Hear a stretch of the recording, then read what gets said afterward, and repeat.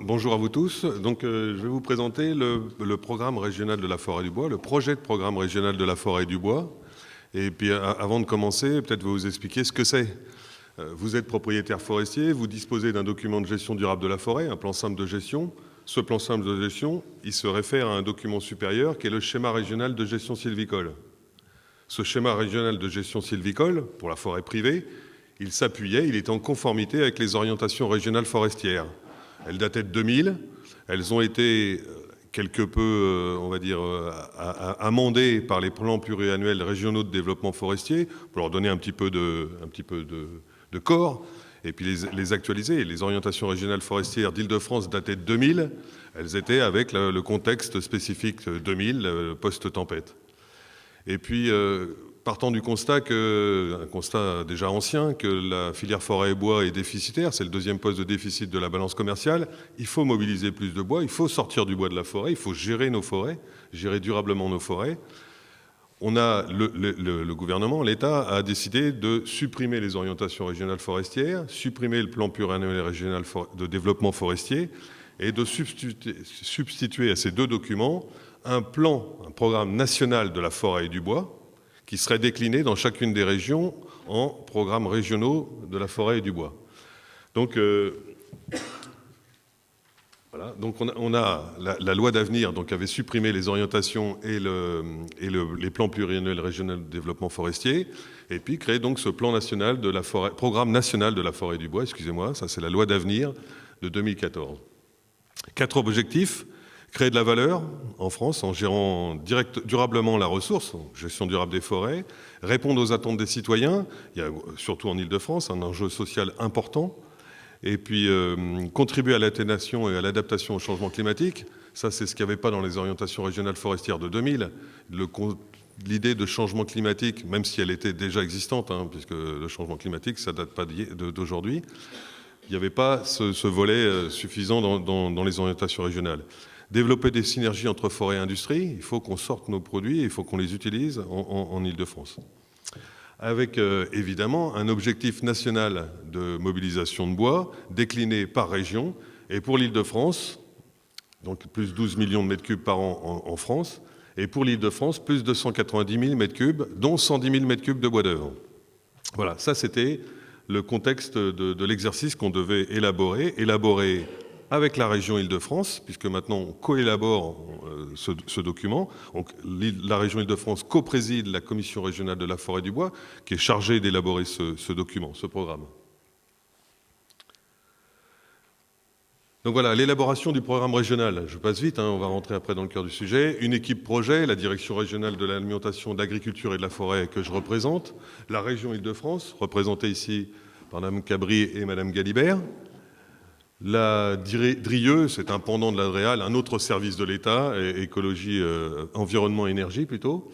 L'Institut d'aménagement et d'urbanisme, qui nous a accompagnés pour l'évaluation environnementale. C'est une fondation, une agence, enfin un organisme rattaché au Conseil régional d'Île-de-France.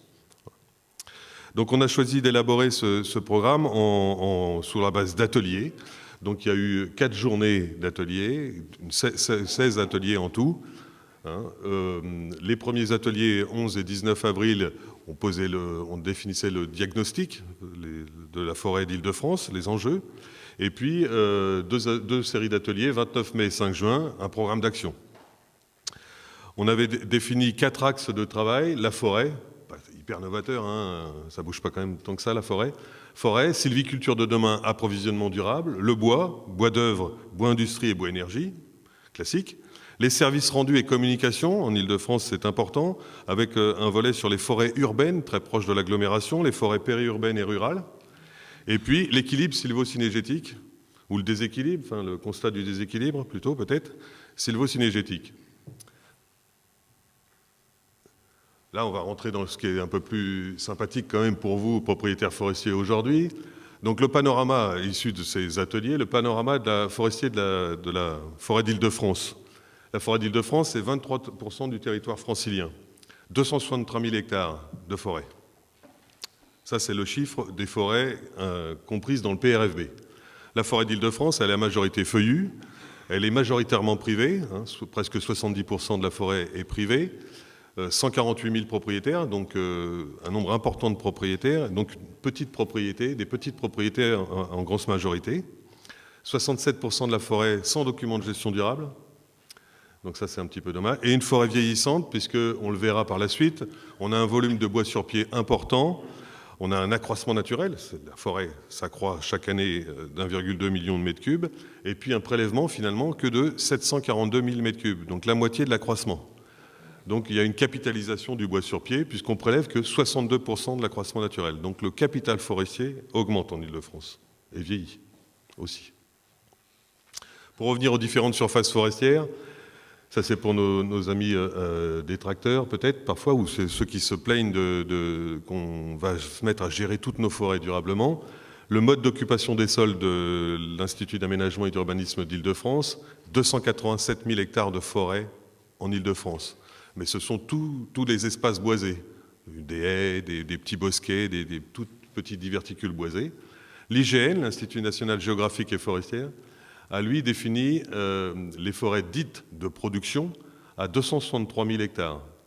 Et puis, en dehors de si on supprime les réserves intégrales et les zones inaccessibles, le PRFB, lui, il s'appuie sur 258 000 hectares. Donc, vous voyez, une différence entre 287 000 hectares et 258 000 hectares. Eh bien, cette différence, ce sont des espaces boisés sur lesquels le PRFB ne souhaite pas intervenir. Enfin, le programme régional de la forêt du bois n'a pas défini d'enjeux spécifiques, et qu'on laisse vivre leur vie normalement. Donc ça, c'est plus pour nos amis de la société civile, ce propos. La forêt francilienne, elle est au cœur de multiples enjeux. Vous les connaissez tous, hein. Il y a une fonction économique.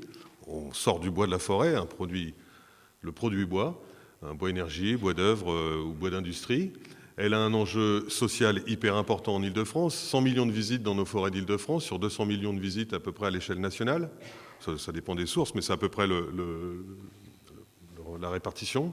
Donc une forêt qui accueille énormément de monde, qui joue un rôle social hyper important. Une forêt qui est aussi un réservoir de biodiversité. Énormément de sites Natura 2000 sont des sites, des espaces boisés. Une forêt qui a évidemment, on l'a évoqué un petit peu en intro, l'équilibre sylvo-cynégétique ou le déséquilibre. La forêt d'Île-de-France, il y a une fonction chasse, hein, une activité chasse très importante. Et puis, donc voilà, différents enjeux. Paysage, cadre de vie, protection des sols et des milieux. La forêt protège la ressource en eau, filtre l'eau. Ça lutte, c'est aussi les îlots de fraîcheur. On a des épisodes de canicule qu'on aura peut-être de plus en plus avec les réchauffements climatiques. La forêt, c'est un lieu où on peut venir se rafraîchir. Donc voilà, la répartition de la carte d'Île-de-France avec les différents enjeux environnementaux associés aux forêts. Donc d'ici, évidemment, vous ne voyez rien, vous voyez que des taches vertes et un vert plus foncé, un vert clair. Mais tous les petits points autres, ce sont des sites classés, des sites inscrits, des abords de monuments historiques, des zones Natura 2000. Moi aussi, j'ai la vue qui baisse, donc je ne vois pas tout. Mais voilà, il y a plein d'enjeux environnementaux sur nos forêts. Donc voilà, un enjeu social, un enjeu environnemental, et puis aussi des enjeux économiques. Donc voilà, là, on y vient. La filière forêt-bois francilienne, il n'y a quasiment plus de première transformation en Île-de-France. Je dis quasiment plus, je ne sais pas s'il y a des sieurs, d'anciens sieurs. J'avais vu un ancien sieur dans la salle. Donc il y a encore, entre guillemets, 5 scieries en Île-de-France, mais il n'y en a plus qu'une qui scie, a priori, et qui scie environ 2000 mètres cubes par an. Pas par jour, hein, par an. Donc il y a une certaine inadaptation de la ressource régionale par rapport à la demande. On a une forêt principalement de feuillus. La demande dans le marché de la construction, c'est du bois de résineux. Mais ce n'est pas pour autant qu'il va falloir qu'on change notre forêt. On va voir ce qu'on pourrait faire. Un coût du foncier, une acceptation sociale un petit peu difficile. Le coût du foncier, lorsque vous implantez une scierie qui demande de l'espace, eh bien, en Île-de-France, le foncier est un point important du business plan.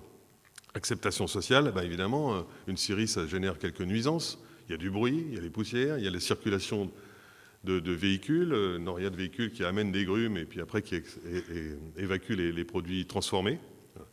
La deuxième transformation, elle est représentée en Île-de-France et elle a surtout un fort potentiel dans le marché de la construction bois. L'Île-de-France, c'est 20% de la population à peu près sur 2% du territoire. et avec un gros besoin de construire de nouveaux logements, 70 000 logements par an, ça c'est ce que définissait l'objectif défini par la loi du Grand Paris, et le schéma régional climat, air, énergie, 125 000 logements à rénover. Donc il y a des logements à construire, des logements à rénover. Et le bois a toute sa place dans ce marché de la construction bois. Et puis il a aussi toute sa place, et on l'a vu, il aura sa place aussi dans le cadre des JO 2024, où le village olympique sera construit en bois. Autre facteur important, le bois énergie, eh bien, évidemment en Ile-de-France comme dans beaucoup d'autres régions, on se chauffe au bois, dans des chaufferies collectives comme dans des chaufferies individuelles. Pour en venir à la récolte du bois en Ile-de-France, 742 000 m3 prélevés dans nos forêts, dont 381 000 m3 commercialisés. Et l'autre partie, c'est ce qu'on appelle autoconsommé. C'est le bois de chauffage fait par le produit connexe de l'exploitation forestière ou directement par la gestion des forêts pour produire du bois bûche, surtout du bois bûche. Donc une grosse partie bois énergie. Dans le cadre des travaux que l'on a conduits pour élaborer ce programme régional de la forêt du bois, on a défini 5 orientations stratégiques. Je vous laisse les lire si vous y arrivez. Et ces orientations stratégiques, gérer nos forêts de manière dynamique, durable et multifonctionnelle dans un contexte de changement climatique. Ça, on a énormément insisté sur la gestion durable et multifonctionnelle des forêts. Moi, gestion durable et multifonctionnelle des forêts, qu'est-ce que c'est? C'est toutes les fonctions. Et on a trouvé pour ça une très belle définition que je vais vous lire, parce que moi, je trouve qu'elle répondait exactement à ce que moi, j'avais à l'esprit de ce que c'est qu'une gestion durable et multifonctionnelle. C'est la gérance et l'utilisation des forêts et des terrains boisés d'une manière et à une intensité telle qu'elles maintiennent leur diversité biologique, fonction écologique, leur productivité, fonction économique, leur capacité de régénération, leur vitalité et leur capacité à satisfaire actuellement et pour le futur les fonctions écologiques, économiques et sociales, et cela sans porter préjudice à d'autres écosystèmes. Voilà ce qu'on a. Ça a été un petit peu la citation qui a conduit à l'élaboration de ce programme régional de la forêt du bois, autour donc de 5 orientations stratégiques. Donc gérer nos forêts de manière durable. Il faut expliquer il faut que vous, propriétaires, vous vous engagiez dans cette gestion durable et multifonctionnelle. Il faut qu'on explique aussi à nos concitoyens ce qu'est la gestion durable et multifonctionnelle. La gestion, ce n'est pas que de couper des arbres, c'est aussi entretenir un milieu pour lui permettre de répondre aux autres fonctions. Orientation économique, renforcer la compétitivité et l'emploi des filières bois régionales et interrégionales. On ne pourra pas tout faire en Ile-de-France, il faut s'appuyer aussi sur les régions limitrophes. Ce n'est peut-être pas la peine de réimplanter tout de suite une première transformation, une scierie en Ile-de-France, on peut peut-être s'appuyer sur les scieries des régions limitrophes. Encourager les dynamiques territoriales. Ça, c'est de l'animation territoriale, du travail sur le terrain, au plus proche des forêts et de nos concitoyens. Répondre, il y a un lien évidemment entre ces orientations stratégiques, répondre aux attentes sociétales en matière de paysage et d'accueil du public, la fonction sociale, très importante. Et puis, ce qui pourrait être l'élément qui fédère ces 5 orientations, communiquer sur la forêt, sa biodiversité, la gestion forestière, la filière forêt-bois, les métiers. Voilà les grandes orientations, les 5 grandes orientations du programme régional de la forêt du bois d'Île-de-France. Le programme national nous avait demandé d'évaluer un objectif de mobilisation supplémentaire de bois, 290 000 m3 pour l'Île-de-France, dont 110 000 m3 de bois d'œuvre. Donc vous voyez, ça c'est la première colonne, plus 290 000 m3. La récolte actuelle, je vous l'ai dit tout à l'heure, c'était 742 000 m3. Ça passait, c'est 62% de l'accroissement biologique. Donc l'objectif envisagé par le PNFB, c'est de 62 passer à 86. Donc il nous fallait vérifier ces chiffres, évaluer leur pertinence. Et c'est ce qu'on a fait à partir des données de l'IGN et puis de notre connaissance et de nos travaux. Si on part sur un scénario un peu tendanciel au fil de l'eau, la croissance, elle serait plutôt de plus 129 000 m3 dans les 10 ans de vie du programme régional de la forêt du bois, donc à échéance 2029, scénario tendanciel. Et si on fait un scénario plus dynamique, ce que je souhaite, ça serait plus 273 000 m3, soit quasiment l'objectif que nous avait défini le programme national de la forêt du bois, qui qui était de plus de 190 000 m3. Donc on passerait d'une récolte actuelle, pourcentage de prélèvement par rapport à l'accroissement naturel, donc la croissance chaque année des forêts moins la mortalité, 62%. Donc vous voyez, on capitalise encore. Si on est scénario tendanciel, c'est quasiment plus 10%, on sera à 73%, on continue à capitaliser. Et si on est dans le scénario très dynamique, c'est 85%. Donc on capitalise encore chaque année 15% de l'accroissement naturel. Vous voyez, on ne déforestera pas nos forêts d'Île-de-France avec le programme régional de la forêt du bois. Ce n'est pas du tout l'objectif. Donc dans ces objectifs, eh bien évidemment, vous voyez, la part du bois d'œuvre, malheureusement, n'est pas celle attendue par le programme national. Hein. Il nous a fixé un objectif de plus 110 000 m3. Enfin, il avait imaginé qu'on puisse mobiliser plus 110 000 m3. Ça serait dans le scénario tendanciel plus 16 000 m3 et dans le scénario dynamique plus 41 000 m3. On n'a pas défini d'objectif de mobilisation de menu bois. Il y avait aussi un objectif de mobilisation de menu bois défini dans le programme national. On n'a pas souhaité ajouter un objectif de mobilisation de menu bois dans le programme régional, non pas pour satisfaire uniquement la société civile, hein, qui pense, entre autres, et comme les propriétaires forestiers, qu'il faut laisser du menu bois pour assurer la fertilité de nos forêts, mais c'est parce qu'il y a déjà, dans certaines exploitations, et notamment bois énergie, lorsqu'on coupe des petits diamètres, c'est l'intégralité de l'arbre, de cette tige, qui part en broyage, donc des menus bois aussi, puisque le menu bois, c'est ce qui est inférieur à 7 cm de diamètre. On n'a pas d'objectif de plantation de résineux. Tout à l'heure, on a dit la ressource, elle n'est pas adaptée à la demande. Ça ne sert à rien d'imaginer qu'on puisse substituer nos forêts feuillues par des forêts résineuses. Déjà, on mettrait plusieurs dizaines d'années avant de le faire et de le réaliser, et on n'aurait les résultats que dans un petit siècle, en gros. Voilà. Donc, il faut plutôt trouver une destination à nos produits feuillus, et peut-être pas en structure dans la construction bois, mais dans les produits à plus haute valeur ajoutée, bardage, platelage, lames de terrasse et autres parquets ou mobiliers, etc. Voilà. Donc le prélèvement, ça c'est pour imaginer ce que ça représente par rapport à notre capital forestier. Le stock de bois sur pied, dans le tableau, le graphique de gauche, le stock du bois sur pied, 44 millions de mètres cubes. Voilà. L'accroissement naturel, on ne le voit quasiment pas, c'est 1,2 million de mètres cubes. La récolte actuelle, 742 000 m3. On a fait un zoom là, un peu tronqué. La récolte actuelle, 742 000 m3. Et vous voyez, les deux colonnes, ça c'est avec l'objectif supplémentaire de mobilisation scénario tendanciel et le scénario dynamique. Vous voyez, vraiment, on ne décapitalisera pas nos forêts. Le PRFB nous demandait d'identifier des massifs où on allait concentrer notre effort de mobilisation supplémentaire du bois.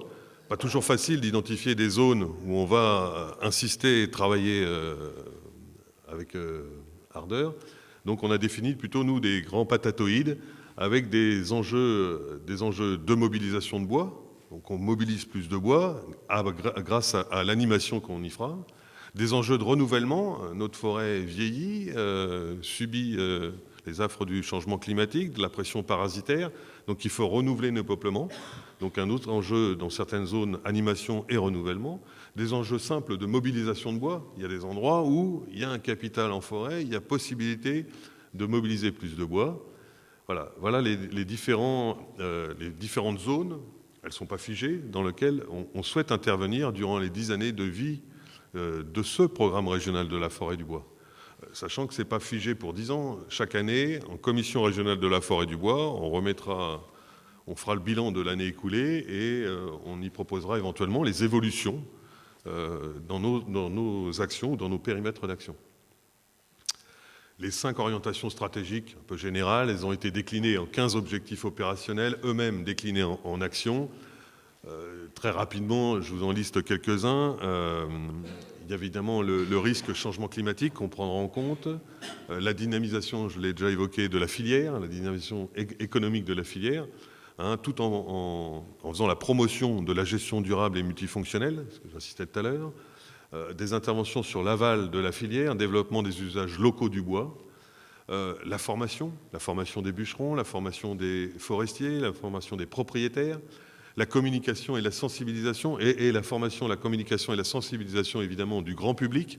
Voilà, il y a un gros effort qui sera fait pour informer nos concitoyens, les propriétaires forestiers, les exploitants forestiers, enfin toute la filière, tous les acteurs, tous ceux qui aiment la forêt, sur ce qu'est la gestion durable, l'intérêt de préserver nos forêts, de les gérer. Évidemment, des objectifs sur l'équilibre sylvo-cynégétique. Et puis, évidemment, un gros focus peut-être sur, je l'ai déjà dit, sur l'accueil du public. Voilà. Avec la prise en compte des services écosystémiques, de tout ce que les services autres que peut nous rendre la forêt. Et on essaye de travailler à des mesures un peu sylvo-agroécologiques, sur le pendant des mesures agroécologiques et climatiques dans le domaine agricole. Et une rémunération, pourquoi pas, des propriétaires pour ces différentes autres aménités. Le programme régional de la forêt et du bois, il a été, je vous l'ai dit, co-construit avec la région Île-de-France et avec vos représentants et un nombre important de personnes. Il a fait l'objet d'une consultation informelle, consultation du public, appel à consultation, à contribution du public, une consultation informelle de vos représentants en commission régionale et puis de tous les acteurs qui ont participé aux ateliers. Et puis, il a été approuvé en commission régionale de la forêt et du bois en fin d'année 2018 pour être transmis à l'autorité environnementale qui doit rendre son avis avant de nouveau remettre ce programme régional de la forêt et du bois en consultation la plus large possible du public et on espère une approbation en fin d'année. Donc je vous ai dit, il a été co-élaboré notamment, enfin surtout avec la région qui était aux côtés de l'État sur ces travaux et la région avait élaboré préalablement sa stratégie régionale pour aller plus vite que l'État, plus réactif que l'État, la région. Et donc, elle a élaboré sa stratégie régionale pour la forêt du bois. Donc là, vous avez un graphique entre nos 15 orientations, leurs 5... voilà. Mais très heureusement, il y a une cohérence entre les deux outils. C'est normal, enfin c'est normal et puis heureusement. Et puis, je vous ai listé quelques grands axes de la stratégie régionale. Dynamiser et territorialiser la gestion de la forêt francilienne. Évidemment, c'est cohérent avec les actions du programme régional de la forêt du bois. Puis focus, le programme régional, il est valable sur 10 ans. La stratégie, elle était sur 3 ans, 4 ans. Mince, il y a déjà une année de passé. Il reste 3 ans. Donc voilà, il y a des grands axes de la stratégie régionale. Dynamiser et territorialiser la gestion de la forêt francilienne. Structurer la filière à l'échelle régionale et interrégionale, ce qu'on a retrouvé dans notre programme régional de la forêt du bois. Stimuler le marché de la construction bois. Ben voilà, c'est notamment le fait que le village olympique sera en bois, rapprocher la recherche, l'enseignement et le marché, et les marchés, création d'un cluster bois-sourcé. Je vous ai listé quelques-unes des actions de la stratégie régionale qui complète le programme régional de la forêt du bois. Voilà.